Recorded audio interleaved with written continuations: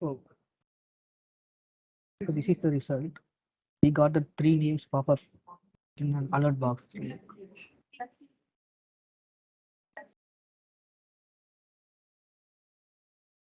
Then move on to the delete part. So I will say how a delete works. So you will try it on your own event and so it's like same retrieve. So you have to mention that logical name and that ID, GUID. So you have to give that ID of the record you are going to delete. Okay. So for deleting a record, you must specify the ID. So you are giving the ID and then entity name. So this is the way the delete works. Okay. So you must give that ID of the record. So then Tamil is showing that open alert dialog, just the contact deleted successfully and the button is okay. So this is the code for delete contact. Okay.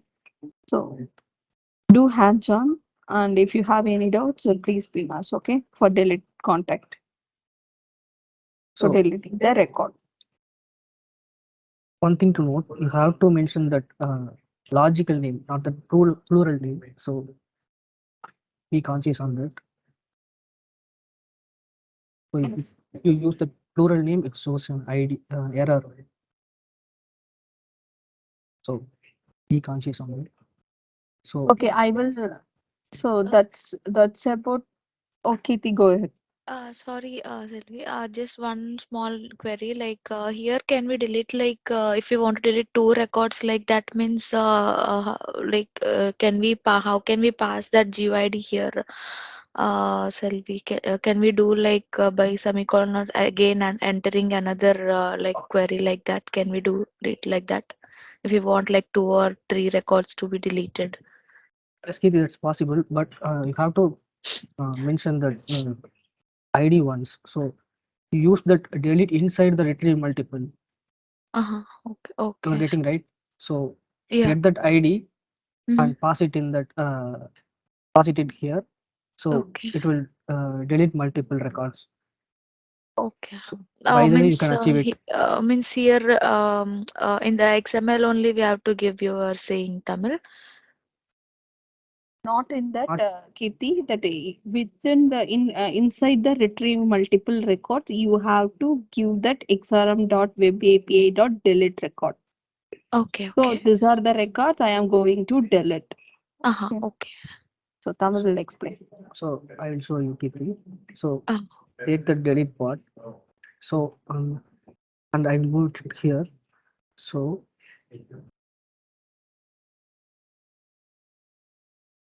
the ID is here, right? So mhm. dot ID. So With the respect to pure. IT. Yes. So if it moves it to the for loop, then it will delete each and every record which is Okay. mentioned in the fetch. So the fetch XML is not a mandatory one. If you haven't Mhm. mentioned the fetch XML, it will retrieve all the records. Okay. So all the records means the entity has 100 records means Mhm. it will retrieve 100 records. Tamil, you are Also. not Okay. audible.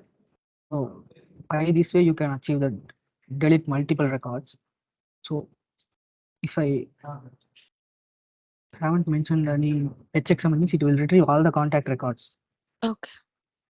So for my use case, I have to call that contacts which is mentioned in that current account record. So every account has some contacts, right? So it will Mhm. retrieve that contacts only. Particular context of Yes. that account. Okay. Yes. Correct. So by this way, you can use like filters. Mm. For that purpose, you can use HXM. Okay. So without using HXM, also the retrieve multiple records is not here, but it retrieves Okay. all the records. Okay. Okay. With that particular account we want means we're using for this fetch XML thing. Okay. Yes. Okay. Okay, Tamil. Yeah. Thank you. Okay. So I will share my screen.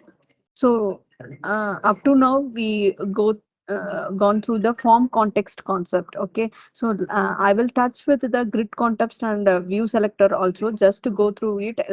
So we have not covered each and every part in the session. You have to do the hands-on and document it. Okay, so for grid, there are the two types of grid. One is the read-only grid, and another one is the editable grid. Read-only grid means just it display the data in a tabular format. For editable grid means you are displaying the data in tabular format, from which in the inline we can edit the data from the grid. Okay, so like you can see, in form context you will pass the execution context like this. Okay, so if you are doing some customization in grid means you have to use the grid context format. Okay, so in where grid context is equal to form context dot, you have to get the control of the grid. Okay, so that's why you have to get the grid context. Okay, so I will send the link. Please go through the documentation. So what are the events in